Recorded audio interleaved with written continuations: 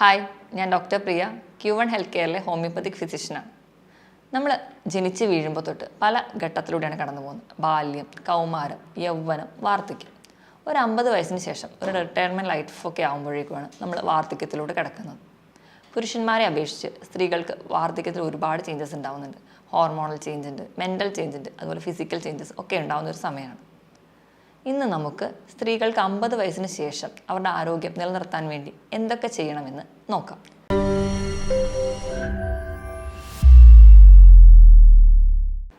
വയസ്സ് എന്ന് പറയുന്നത് സ്ത്രീകളെ സംബന്ധിച്ചിടത്തോളം വളരെ ഇമ്പോർട്ടൻ്റ് ആയിട്ടുള്ള ഒരു ഏജ് പീരീഡാണ്.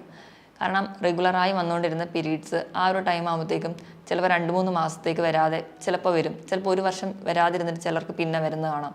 അങ്ങനെ അതിൻ്റെ ഒരു ഫ്ലോ കുറഞ്ഞ് നിൽക്കുന്ന ഒരു സമയമാണ്. നമ്മളതിനെ ആർത്തവ വിരാമം എന്ന് പറയും. ഈ ഒരു ടൈം ആകുമ്പോഴത്തേക്കും നമ്മുടെ ശരീരത്തിൽ ഈസ്ട്രജൻ ഹോർമോണിൻ്റെ അളവ് കുറയുകയാണ്. നമ്മുടെ ബോഡിക്ക്, സ്ത്രീകളുടെ ബോഡിക്ക് വേണ്ടി ഉള്ള ഒരു പ്രൊട്ടക്റ്റീവ് ഹോർമോണാണ് ഈസ്ട്രജൻ. പല രോഗങ്ങളെയും തടയുന്നതും നമ്മുടെ ശരീരത്തിന് ആവശ്യമുള്ള ആരോഗ്യം സപ്ലൈ ചെയ്യുന്നതും നമ്മുടെ ഒരു ബോഡി ബാലൻസിൽ കൊണ്ടുപോകാൻ വളരെ ഇമ്പോർട്ടൻ്റ് ആയിട്ടുള്ള ഒരു ഹോർമോണാണ് ഈസ്ട്രജൻ. ഈ ഒരു 50+ ഏജൊക്കെ ആവുന്ന സമയത്ത് ഈ ഹോർമോൺ നിൽക്കുന്ന വഴി നമുക്ക് ഒരുപാട് ചേഞ്ചസ് ഉണ്ടാവുന്നുണ്ട്. എന്തൊക്കെ ചേഞ്ചസാണ് നമുക്ക് ബോഡിയിൽ ഉണ്ടാവുന്നതെന്ന് നോക്കാം.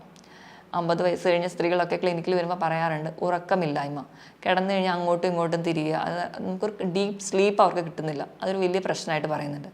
അതുപോലെ അവർക്ക് മൂഡ് സ്വിങ്സ്, പേരക്കുട്ടികളോടൊക്കെ ആവശ്യമില്ലാതെ ചെറിയ കാര്യത്തിന് വരെ വഴക്കുണ്ടാക്കുക, മക്കളോട് വഴക്കുണ്ടാക്കുക, ഭർത്താവിനോട് വഴക്കുണ്ടാക്കുക, ഇങ്ങനെ ഉണ്ടാകുന്നൊരു മൂഡ് സ്വിങ്സ്, ഭയങ്കര സെൻസിറ്റീവ് ആവുക, ആവശ്യമില്ലാതെ കരയുക, ഡിപ്രഷൻ പോലെയുള്ള സ്റ്റേജിലോട്ട് പോവുക, ഇതൊക്കെ ഈ വാർദ്ധക്യത്തിൽ ആർത്തവ വിരാമത്തോടു കൂടി ഉണ്ടാകുന്ന ചേഞ്ചസ് ആണ്.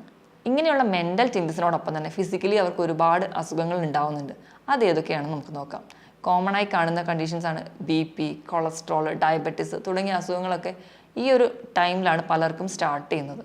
നമുക്കറിയാം ഈ ഹാർട്ട് ഡിസീസൊക്കെ കൂടുതലും പുരുഷന്മാർക്കാണ് കാണാറ്. പക്ഷേ 50 വയസ്സ് കഴിഞ്ഞൊരു സ്ത്രീകൾക്ക്, അതുപോലെ പീരീഡ്സ് നിന്നൊരു സ്ത്രീകൾക്ക് പുരുഷന്മാരുടെ അത്രയും തന്നെ ചാൻസ് ഉണ്ട് ഹാർട്ട് ഡിസീസസ് ഉണ്ടാവാൻ വേണ്ടി. അതുപോലെ തന്നെ കാണുന്നതാണ് ലിവർ ഡിസീസസ്, ഫാറ്റി ലിവർ, അതുപോലെ മെറ്റബോളിക് സിൻഡ്രോം, അങ്ങനെ പലതരത്തിലുള്ള അസുഖങ്ങൾ വന്നു ചേരുന്ന ഒരു സമയമാണ് ഈ വാർദ്ധക്യം. പൊതുവേ നമുക്കൊക്കെ അറിയാം, നമ്മുടെ വീട്ടിലെ അമ്മമാരാണെങ്കിൽ കല്യാണം കഴിക്കുന്ന ഒരു സമയത്ത് അവരുടെ ഭർത്താവിൻ്റെ കാര്യത്തിലായിരിക്കും കൂടുതൽ ഇമ്പോർട്ടൻസ്. അത് കഴിഞ്ഞൊരു കുട്ടിയായി കഴിഞ്ഞാൽ കുട്ടികളുടെ കാര്യത്തിലായിരിക്കും കൂടുതൽ ഇമ്പോർട്ടൻസ്. അവരുടെ മക്കൾക്കൊരു കുടുംബമായി കഴിഞ്ഞാൽ കൊച്ചുമക്കളുടെ കാര്യത്തിലായിരിക്കും അവർക്ക് കൂടുതൽ ഇമ്പോർട്ടൻസ്. അവരൊരിക്കലും അവരുടേതായ ആരോഗ്യത്തിനായിട്ടോ അല്ലെങ്കിൽ അവർക്ക് വേണ്ടിയിട്ട് അവരൊരു ഫുഡ് ഉണ്ടാക്കി കഴിക്കുകയോ അല്ലെങ്കിൽ അവരുടെ ഹെൽത്തിന് വേണ്ടിയിട്ടോ അല്ലെങ്കിൽ ഒരു ഹെൽത്ത് ചെക്കപ്പ് ചെയ്യാനോ ഒന്നും അവർ കൂടുതലും മുൻപോട്ട് കടന്നു വരാറില്ല. ഈ ഒരു സാഹചര്യത്തിലാണ് ഇന്നത്തെ ഈ ടോപ്പിക്കിന് പ്രാധാന്യമേറി വരുന്നത്. അതുകൊണ്ട് തന്നെ നമുക്ക് എന്തൊക്കെയാണ് ഒരു വാർദ്ധക്യത്തിലെത്തിയ സ്ത്രീകൾ ചെയ്യേണ്ട കാര്യങ്ങളെന്ന് നോക്കാം. ഇതിൽ ഒന്നാമത്തെ ഏറ്റവും പ്രധാനപ്പെട്ട പോയിന്റ് ഹെൽത്തി ഡയറ്റാണ്, ആരോഗ്യമുള്ളൊരു ഭക്ഷണ രീതി. ഡോക്ടേഴ്സിൻ്റെ ഒരു ഭാഷയിൽ പറയുകയാണെങ്കിൽ പ്ലേറ്റ് മെത്തേഡ് ഫോളോ ചെയ്യുക. പ്ലേറ്റ് മെത്തേഡ് എന്ന് പറയുമ്പോൾ 1/4 ഭാഗം കാർബോഹൈഡ്രേറ്റ്, 1/4 ഭാഗം പ്രോട്ടീൻസ്, 1/4 ഭാഗം ഫ്രൂട്ട്സ്, 1/4 ഭാഗം വെജിറ്റബിൾസ്. ഇങ്ങനെ ഒരു ഡയറ്റ് ആണ് നമ്മൾ ഈ വയസ്സാകുമ്പോൾ അല്ലെങ്കിൽ വാർദ്ധക്യത്തിലോട്ട് കിടക്കുമ്പോൾ ഫോളോ ചെയ്യുന്നത് നല്ലത്. നമ്മൾ അന്ന് വരെ കൃത്യമായി ഫോളോ ചെയ്തിരുന്ന ഒരു ഡയറ്റ് പെട്ടെന്ന് മാറ്റി ഈ പറയുന്ന രീതിയിൽ ഒരു പ്ലേറ്റ് മെത്തേഡിലോട്ടല്ല മാറ്റേണ്ടത്. നമ്മൾ ഒരു ഡയറ്റീഷ്യൻ്റെ സഹായത്തോടെ അല്ലെങ്കിൽ നമ്മളൊരു ഫാമിലി, നമ്മളെ കംപ്ലീറ്റ്ലി ആദ്യം തൊട്ട് അറിയുന്ന ഒരു ഫാമിലി ഡോക്ടർ ഉണ്ടെങ്കിൽ ഡോക്ടറുടെ അഡ്വൈസ് പ്രകാരം നമുക്ക് പറ്റുന്ന രീതിയിൽ, നമ്മുടെ ആരോഗ്യത്തിന് നല്ലതായിരുന്ന രീതിയിൽ നമുക്ക് കണ്ടിന്യൂ ചെയ്യാൻ പറ്റുന്ന രീതിയിൽ ഒരു ഡയറ്റ് ഫോളോ ചെയ്യുന്നതാണ് നല്ലത്. അതുപോലെ തന്നെ നമ്മളിങ്ങനെ ഡയറ്റ് ഫോളോ ചെയ്യുന്നുണ്ടെങ്കിൽ നമ്മുടെ ആരോഗ്യം ഉറപ്പ് വരുത്തിയിട്ട് മാത്രമേ അത് കണ്ടിന്യൂ ചെയ്യാൻ പാടുള്ളൂ. രണ്ടാമത്തെ പോയിൻ്റാണ് കൃത്യമായിട്ട് റെഗുലറായിട്ട് വ്യായാമം ചെയ്യുക. വ്യായാമം എന്ന് പറയുമ്പോൾ കഠിനമായ വ്യായാമമല്ല, നമ്മുടെ പ്രായത്തിനും നമ്മുടെ ആരോഗ്യത്തിനും അനുസരിച്ച് ലളിതമായ വ്യായാമം. നമ്മുടെ നാട്ടിൻ പുറത്തൊക്കെ കാണാറുണ്ട്, ഒരു ഗ്രൂപ്പ്, ആ ഒരു ഏജ് ഗ്രൂപ്പിലുള്ളവർ ഒരുമിച്ച് രാവിലെ എണീറ്റ് നടക്കാൻ പോവുക. ആ ഒരു സ്റ്റൈലൊക്കെ ഇപ്പോൾ വന്നു തുടങ്ങിയിട്ടുണ്ട്. അതൊക്കെ നമ്മുടെ ആരോഗ്യത്തിന് വളരെ നല്ലതാണ്. 50 വയസ്സ് വരെ കൃത്യമായിട്ട് ഒരു ഓഫീസ് റുട്ടീനിൽ പോയിക്കൊണ്ടിരുന്ന ആൾ പെട്ടെന്നൊരു ദിവസം ഇതെല്ലാം മാറ്റിയിട്ട് ഒരു കഠിനമായ എക്സസൈസിലോട്ടൊന്നും പോകാതെ ചെറിയ വ്യായാമങ്ങളിലൂടെ വേണം തുടങ്ങാൻ. അതുപോലെ തന്നെ വ്യായാമം സ്റ്റാർട്ട് ചെയ്യുന്നതിന് മുമ്പ് ഒരു ഫിറ്റ്നസ് കോച്ചിൻ്റെ അടുത്ത് പോയി അഡ്വൈസ് ചോദിക്കുന്നത് നല്ലതാണ്. അല്ലെങ്കിൽ ഫാമിലി ഡോക്ടറോട് നമുക്ക് അഡ്വൈസ് ചോദിക്കാം. അതുപോലെ നമ്മുടെ എക്സസൈസ് ചെയ്യുമ്പോൾ എന്തെങ്കിലും നമ്മുടെ ശരീരത്തിന് വേദനകളോ അല്ലെങ്കിൽ എന്തെങ്കിലും വേറെ ബുദ്ധിമുട്ടുകളോ ഒക്കെ കണ്ടിന്യൂസ് ആയിട്ട് നിൽക്കുന്നുണ്ടെങ്കിൽ അതിന് പറ്റുന്ന രീതിയിലേക്ക് നമ്മുടെ എക്സസൈസുകൾ മോഡിഫൈ ചെയ്തെടുക്കാനും ശ്രദ്ധിക്കണം. മൂന്നാമത്തെ പോയിൻ്റാണ് നമ്മുടെ ബോഡി വെയിറ്റ് നോർമലായിട്ട് വെക്കുക. പൊതുവേ ഈ വാർദ്ധക്യത്തിലോട്ട് എത്തുന്ന സമയത്താണ് പുരുഷന്മാരായാലും സ്ത്രീകളായാലും വെയിറ്റ് വല്ലാണ്ട് കൂടുന്നതായി കാണാം.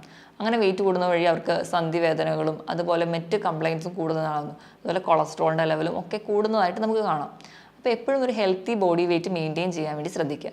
ബോഡി വെയിറ്റ് നമുക്ക് മെയിൻറ്റെയിൻ ചെയ്യാൻ വേണ്ടിയിട്ട് നമ്മൾ ബോഡി മാസ് ഇൻഡെക്സ് എന്ന് പറയുന്നൊരു യൂണിറ്റാണ് യൂസ് ചെയ്യുന്നത്. Weight in kilogram divided by height in metre square. ഒരാളുടെ വെയിറ്റും അയാളുടെ ഹൈറ്റും തമ്മിൽ ഹരിച്ചെടുക്കുമ്പോൾ കിട്ടുന്നതാണ് നമുക്ക് നോർമലി വേണ്ട ഒരു വെയിറ്റ്. ഇത് 18 താഴെയാണെങ്കിൽ അതിനെ അണ്ടർ വെയിറ്റ് എന്നും 30 മുകളിലാവുമ്പോൾ ഓവർ വെയിറ്റ് എന്നാണ് പറയുന്നത്. ഇത് വെച്ച് കാൽക്കുലേറ്റ് ചെയ്തിട്ട് നമ്മുടെ വെയിറ്റ് എപ്പോഴും ഒരു നോർമലായിട്ട് കീപ്പ് ചെയ്യാൻ വേണ്ടി ശ്രദ്ധിക്കുക. ഈ ബോഡി വെയിറ്റ് നോർമൽ ആണോ എന്ന് കാൽക്കുലേറ്റ് ചെയ്യാൻ വേണ്ടിയിട്ട് നമുക്കൊരു ഈസി മെത്തേഡ് കൂടിയുണ്ട്. ഒരു ഉദാഹരണം പറയുകയാണെങ്കിൽ ഒരു 153 സെൻറ്റിമീറ്റർ ഹൈറ്റ് ഉള്ള ഒരു വ്യക്തിക്ക് ആവറേജ് നോർമൽ വേണ്ട ബോഡി വെയിറ്റ് എന്ന് പറയുന്നത് 53 ആണ്. അതായത് 153 നിന്ന് 100 കുറയ്ക്കുന്നതായിരിക്കണം അവർക്ക് വേണ്ട ആവറേജ് ബോഡി വെയിറ്റ്. ഇതുവഴി നമുക്ക് ബോഡി വെയിറ്റ് കൃത്യമാണോ എന്ന് കണ്ടുപിടിക്കുകയും അത് മെയിൻറ്റെയിൻ ചെയ്യാൻ ശ്രദ്ധിക്കുകയും ചെയ്യേണ്ടതാണ്. 4ാമത്തെ പോയിൻ്റാണ് സ്ട്രെസ് മാനേജ്മെൻറ്റ്. ഇമോഷണലി അവർ ഭയങ്കര സെൻസിറ്റീവ് ആയിരിക്കുന്ന ഒരു ടൈമാണ് ഈ ഒരു 50+ ഏജിലോട്ടൊക്കെ വരുമ്പോഴത്തേക്കും.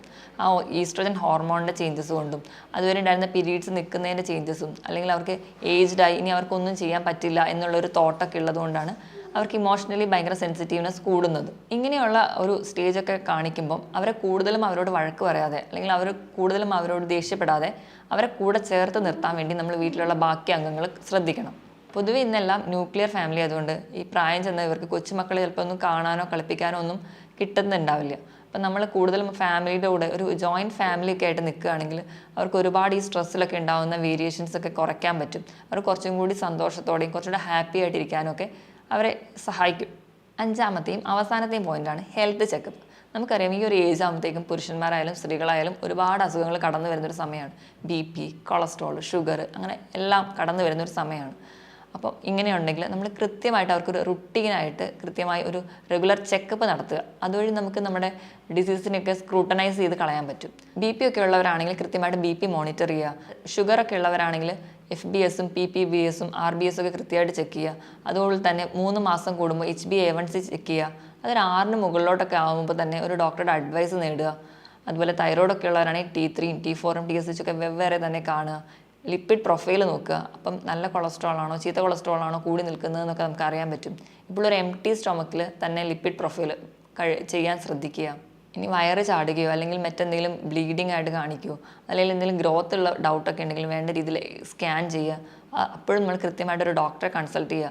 അല്ലാതെ നമ്മൾ സ്വയം ചികിത്സിക്കുക അല്ലെങ്കിൽ വയസ്സായില്ല ഇനിയിപ്പോൾ ചികിത്സിക്കണോ അല്ലെങ്കിൽ ഹോസ്പിറ്റലിൽ പോകാൻ മടി കാണിക്കുക, ഈ വക ചിന്താഗതി മാറ്റിയിട്ട് കൃത്യമായിട്ട് ഒരു ഡോക്ടറുടെ അഡ്വൈസ് നേടേണ്ടതാണ്. പൊതുവെ 50 വയസ്സ് കഴിയുമ്പോഴത്തേക്കും ഈസ്ട്രോജൻ കുറഞ്ഞിരിക്കുന്ന സമയത്തുകൊണ്ട് നമ്മൾ പുറത്തുനിന്ന് ഈസ്ട്രോജൻ സപ്ലിമെൻറ്റ്സ് കൊടുക്കുന്നത് നല്ലതാണ്. അതിനായിട്ട് നമ്മുടെ ഭക്ഷണത്തിൽ പച്ച പപ്പായ ഉൾപ്പെടുത്തുക. അതുപോലെ ചേന, ഇതിലൊക്കെ ധാരാളമായിട്ട് ഈസ്ട്രോജൻ ഹോർമോൺസ് അടങ്ങിയിട്ടുണ്ട്. അതുപോലെ അയൺ അടങ്ങിയിട്ടുള്ള ഭക്ഷണങ്ങൾ, ഇലക്കറികൾ കൂടുതലായിട്ട് കഴിക്കുക. പാല്, മുട്ട തുടങ്ങിയ ഭക്ഷണ പദാർത്ഥങ്ങൾ സ്ഥിരമായിട്ട് കഴിക്കാൻ ശ്രദ്ധിക്കണം. ഈ പറഞ്ഞതുപോലെയൊക്കെയുള്ള ഒരു ഡയറ്റ് ഫോളോ ചെയ്യുക അല്ലെങ്കിൽ ചെറിയ ചെറിയ രീതിയിലുള്ള എക്സസൈസുകൾ ചെയ്യുന്നത് വഴിയും നമ്മൾ വീട്ടിലെല്ലാവരും ചേർന്ന് സന്തോഷത്തോടെ ഇരിക്കുന്നത് വഴിയും നമുക്ക് പ്രായം ചെന്ന അമ്മമാരെ കുറച്ചുകൂടി ഹാപ്പി ആയിട്ട് നിർത്താനും അതുവഴി അവരുടെ ആയുസ്സും ആരോഗ്യം കൂട്ടാനും സഹായിക്കും. മറ്റൊരു ഹെൽത്ത് ടോപ്പിക്കുമായിട്ട് വീണ്ടും കാണുന്നത് വരെ നന്ദി.